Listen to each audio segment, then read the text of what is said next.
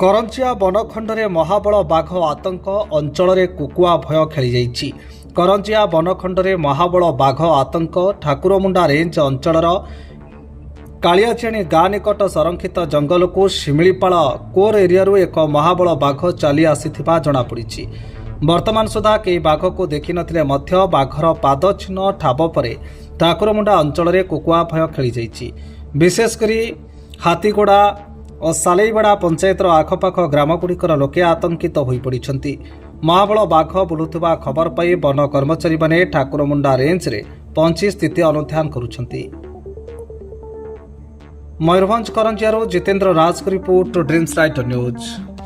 गत 23 तारिख दिन आमर शिमिलीपाड़ जंगल रु केन्दुजाणी कालियाजाणी जंगल को से जंगलटा ठाकुरमुंडा प्राय 5-6 किलोमीटर और केन्दुजाणी 4-5 किलोमीटर भितर अच्छी से जंगलटी शिमिलीपाड़ सहित आमर लगी रही। तेणु जीवजंतु प्राय आसती।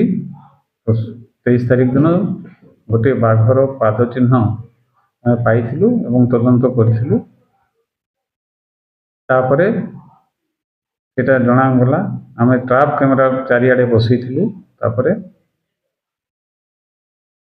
एवं से ट्राप कैमेरा आमर 24 तारिख दिन 25 तारिख दिन भितर आसला से स्पष्ट है से एरिया रे गोटे बाघ बुलाबुली करुछि एवं से तदनुजाई आम जंगल एरिया पाखापाखि लोक सचेतन करुछु। एकुटिया संध्यारे और सकाल जंगल एरिया देखी जीवा आसवा करेंगे ना कि गाई गोरु छाड़े ना एवं से आमर ट्रैकिंग टीम ता पछरे अछंती। जो 26 तारिख पर तार कुआड़े गतिविधि एपर्यंत जना पड़े ना और दिन भितर आम स्पष्ट भाव में जनइबू जे फेरीगला। धन्यवाद।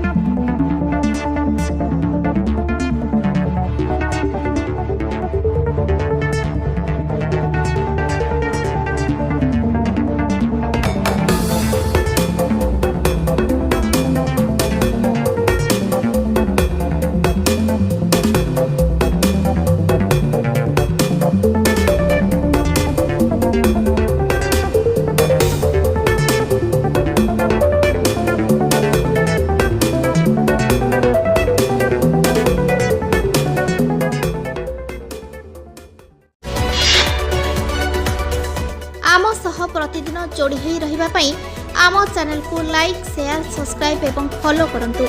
ड्रीम्स राइडर सबु समय रे आपन को सेवा रे।